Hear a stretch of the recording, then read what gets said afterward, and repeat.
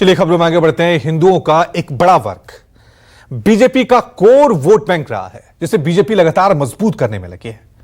इन सब के बीच 21 नवंबर से बागेश्वर धाम के कथावाचक धीरेन्द्र शास्त्री ने हिंदू एकता पदयात्रा शुरू की थी। इसका उद्देश्य यही बताया गया कि हिंदुओं के बीच जात पात के भेदभाव को खत्म करना है, ताकि किसी तरह का आपसी भेदभाव ना हो। इस मकसद के साथ धीरेन्द्र शास्त्री ने मध्य प्रदेश के छतरपुर से रैली शुरू की और ओरछा धाम पर यह पूरी हुई। लेकिन इस हिंदू एकता रैली पर अब धर्म युद्ध शुरू हो गया है। शंकराचार्य स्वामी अविमुक्तेश्वरानंद ने रैली के उद्देश्य पर सवाल खड़े किए हैं, जिनका कहना है कि धीरेन्द्र शास्त्री एक राजनीतिक एजेंट के तौर पर काम कर रहे हैं। हमारी रिपोर्ट देखिए।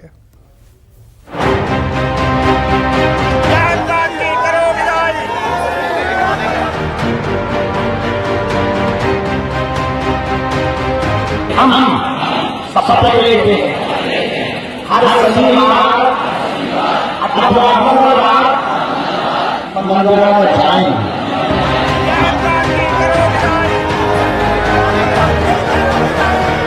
जीवन भर जात पात इससे रहित जीवन जिएंगे।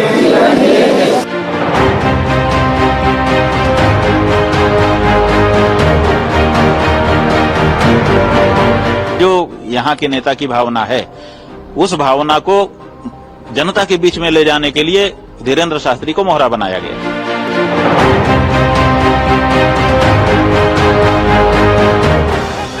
बागेश्वर धाम के बाबा धीरेन्द्र शास्त्री ने हिंदू एकता रैली निकाली और ये नारा पूरे 9 दिन तक गूंजता रहा। जात पात की करो विदाई, हम सब हिंदू, हम सब हिंदू। जात पात की करो विदाई। हिंदू एकता रैली में इस नारे की गूंज गली गली सुनाई।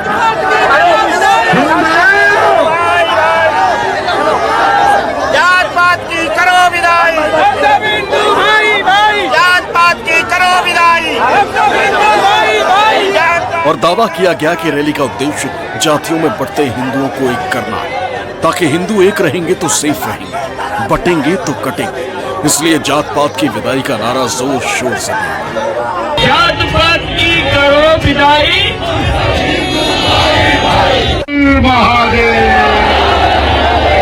जात पात की करो विदाई, हम सब हिंदू, हम सब हिंदू, हम सब।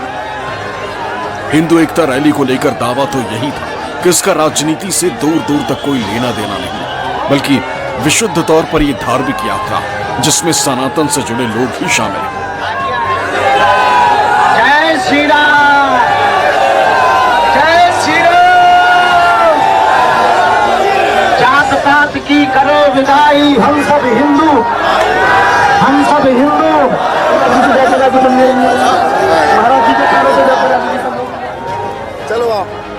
मध्य प्रदेश के छतरपुर से ओरछा तक करीब 160 किलोमीटर की इस हिंदू एकता रैली के हर दिन अलग अलग पड़ाव हैं, लेकिन मकसद सिर्फ एक बताया गया, हिंदुओं को एक करना, जिसके लिए धीरेन्द्र शास्त्री ने झांसी में लोगों को हिंदू एकता की शपथ भी दिलाई।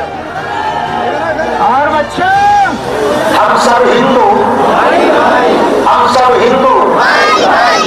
कहो हम आज हनुमान जी महाराज को साक्षी मानकर कसम खाते जीवन भर जात पात, ऊंच नीच, भेदभाव, छुआछूत इससे रहित जीवन जिएंगे। हिंदुत्व एकता के लिए कार्य करें। रैली में धर्मगुरु, कॉमेडियन, अभिनेता और नेताओं का भी जमावड़ा लगा। वो रैली में शामिल भी हुए, लेकिन इस यात्रा को लेकर जो दावा किया गया उस पर अब अलग ही धर्म युद्ध शुरू हो गया। 2 हिंदू धर्मगुरु ही आमने सामने आ गए। एक तरफ धीरेन्द्र शास्त्री हैं तो दूसरी तरफ शंकराचार्य स्वामी अविमुक्तेश्वरानंद। धीरेन्द्र शास्त्री के हिंदुओं को एकता का संदेश देने के उद्देश्य पर शंकराचार्य स्वामी अविमुक्तेश्वरानंद ने सवाल खड़े किए।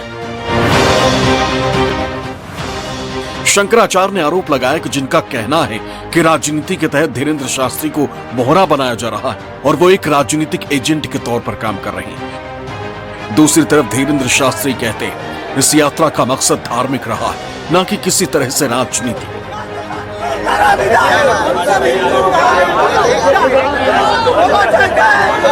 आध्यात्मिक यात्रा है, कोई राजनीतिक या किसी के खिलाफ की यात्रा नहीं है। जन जागृति की यह पद यात्रा है। सब लोग शांति से हैं, तो छोटी सी बात को बहुत बड़ा ना बनाया जावे। इधर कहा जा रहा है बटोगे तो कटोगे, तो बटोगे का मतलब कि जातियों में मत बटो, ठीक है। तो जातियों में ना बटे हिंदू जनता, एक मुश्त हमको वोट देती रहे, ये जो यहाँ के नेता की भावना है, उस भावना को जनता के बीच में ले जाने के लिए धीरेन्द्र शास्त्री को मोहरा बनाया गया। इसीलिए वो जो सनातन यात्रा कर रहे हैं, वो नारा क्या लगा रहे हैं? नारा लगा रहे हैं जात पात की करो विदाई और हिंदू हिंदू भाई भाई। तो जात पात की बिटाई करो, माने जात पात से बट रहे हैं। यही तो कह रहे हैं ना कि बटोगे तो कटोगे, तो माने जात पात में मत बटो। दूसरी पार्टियां जो है वो जात पात की राजनीति कर रही हैं, तो वो ये कह रहे हैं कि जात पात में मत बोलो, हिंदू हिंदू रहो ताकि थोक वोट हमको मिले। जात पात में जब बट जाते हो तो कुछ हिंदुओं का वोट हमको मिलता है, कुछ हिंदुओं का वोट उस पार्टी को मिल जाता है। क्या इन आरोपों में सच्चाई है कि हिंदू एक रहेगा तो एक राजनीतिक दल विशेष को इसका फायदा मिलेगा? यहाँ सवाल उठता है कि क्या वाकई सियासी लाभ की लालसा में धीरेन्द्र शास्त्री ने हिंदू एकता रैली का आयोजन किया और इसका लाभ बीजेपी लेना चाहती है, जिसके चुनावी एजेंडे में हिंदुत्व सर्वोपरि है। सवाल ये भी कि क्या हिंदू एकता रैली बीजेपी की उसी हिंदुत्व वाले एजेंडे का हिस्सा है जिसका जिक्र बीते लोकसभा चुनाव और हरियाणा महाराष्ट्र के चुनाव में होता रहा। हिंदू एकता को लेकर एक नया ही धर्म युद्ध छिड़ गया।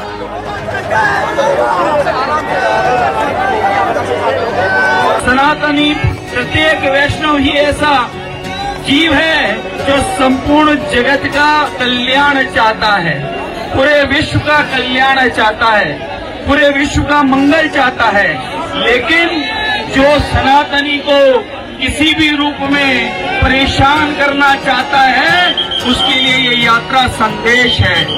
कई प्रकार के जिहाद इस देश में, कई प्रकार के षड्यंत्र इस देश में, सनातन को कमजोर करने के षड्यंत्र इस देश में रहने वालों के द्वारा और बाहरी शत्रुओं से मिलकर चलाए जाते हैं।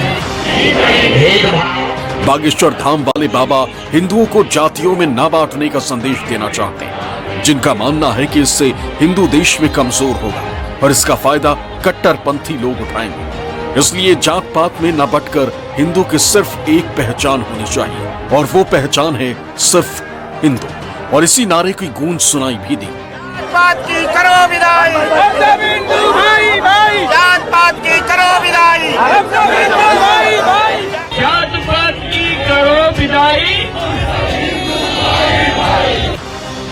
जिन हिंदुओं को एक होने की बात की जा रही, राजनीतिक दल उन्हीं को दलित, ओबीसी और सवर्ण में बांटकर अपना वोट बैंक मजबूत करते हैं। इसलिए सवाल यही है कि क्या हिंदू एकता रैली का जो मकसद बताया जा रहा है, असल में मकसद वही है या फिर इसके पीछे सियासत है जिसका मोहरा धीरेन्द्र शास्त्री को बनाया गया? ये जो नारा है ये कह रहा है कि आप जो है जात पात में मत बटो, थोक हिंदू वोट हमारी तरफ आने दो। अब इसी बात को पुख्ता करने के लिए वो सड़क पर उतरे हुए हैं। इसका मतलब कि राजनीतिक शक्ति के एजेंट के रूप में वो काम कर रहे हैं। अब वो कह रहे हैं कि जात पात की करो विदाई और हिंदू हिंदू भाई भाई। अब हिंदू में तो जात ही होती है, हिंदू की पहचान क्या है?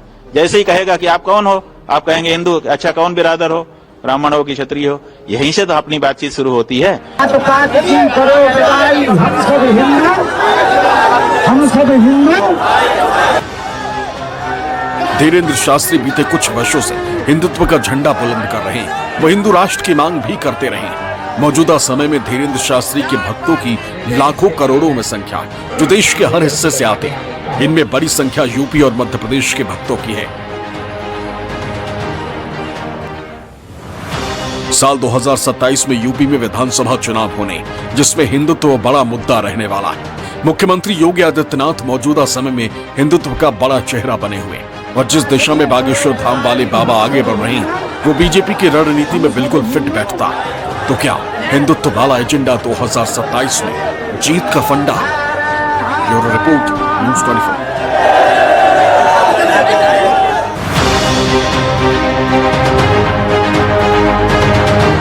सीएम योगी ने कहा, बटेंगे तो कटेंगे। पीएम मोदी ने कहा, एक है तो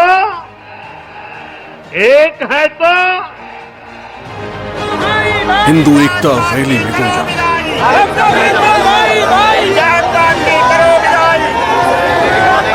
अलग अलग मंच, अलग अलग चेहरे, लेकिन सबका मतलब एक, हिंदुत्व और हिंदू एकता। सीएम योगी आदित्यनाथ ने बटोगे तो कटोगे का जो नारा दिया था, उसका सियासी लाभ हरियाणा और महाराष्ट्र चुनाव में पार्टी को मिला। अब इसी एजेंडे पर पार्टी आगे बढ़ रही है। पीएम मोदी ने महाराष्ट्र चुनाव में एक है तो सेफ है का नारा दिया था। अब धीरेन्द्र शास्त्री ने अपनी 9 दिन की हिंदू एकता रैली में यही संदेश देने की कोशिश की। कसम खाते जीवन भर जात पात इससे रहित जीवन जिएंगे। एक तो आप हिंदू जब जागने की बात करते हैं तो वो जागृत अवस्था आप किसे मानते हैं, पहली बात। दूसरी, बहुत बड़े बड़े संत तो इस देश में देखे हैं जिन्होंने हमें पथ दिखाया, इस देश को राह दिखाई, जहां आज हम आप खड़े हैं। ये बोलने की आजादी हो या किसी भी रूप में जो धार्मिक भावनाएं जिस रूप में हम उसे मजबूती से आगे लेकर बढ़ रहे हैं, झंडा बरदार जैसे आप लोगों को भी तैयार किया है, तो वो संतों की ही देन है। बिल्कुल बिल्कुल। तो वो भी तो संत रहे हैं। तो आपको लगता है कि उन्होंने कुछ ऐसे काम थे जो हमारे धर्म के लिए किए जाने चाहिए थे, वो अधूरे छोड़ दिए, वो पथ सही नहीं था? नहीं। पहली बात तो आपके पहले प्रश्न का उत्तर जी, हिंदू जागने से तात्पर्य है अपने अधिकार को समझना। हिंदू जागने से तात्पर्य है अपने अधिकार की बात को बहुत पुरजोर तरीके से रखना। हिंदू जागने का तात्पर्य है हमारा जातियों से, जात पात, ऊंच नीच, भेदभाव, छुआछूत से ऊपर उठना। हिंदू जागने का मतलब है धर्म विरोधी ताकतों की साजिशों को पहचानना। इस बार 9 दिन की रैली मध्य प्रदेश और यूपी के कुछ हिस्सों में हुई।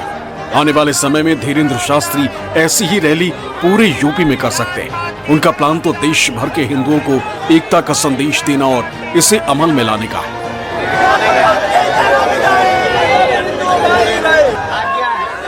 जिस हिंदुत्व के मुद्दे पर बीजेपी मुखर रहती है, क्या बागेश्वर धाम के धीरेन्द्र शास्त्री उसी को आगे बढ़ा रहे हैं? और क्या इसी में 2027 की जीत का फंडा छिपा है? हम सब हिंदू। उत्तर प्रदेश के विधानसभा चुनाव में अभी काफी वक्त बाकी है, लेकिन हिंदू एकजुटता को लेकर पदयात्रा के जरिए जो संदेश दिया जा रहा है, उसे अमल में लाने में अभी काफी वक्त लगने वाला है। जा रहा है कि बटोगे तो कटोगे का नारा भी हिंदुओं को एकजुट करने के लिए ही दिया गया था और उसका फायदा भी बीजेपी को मिला है।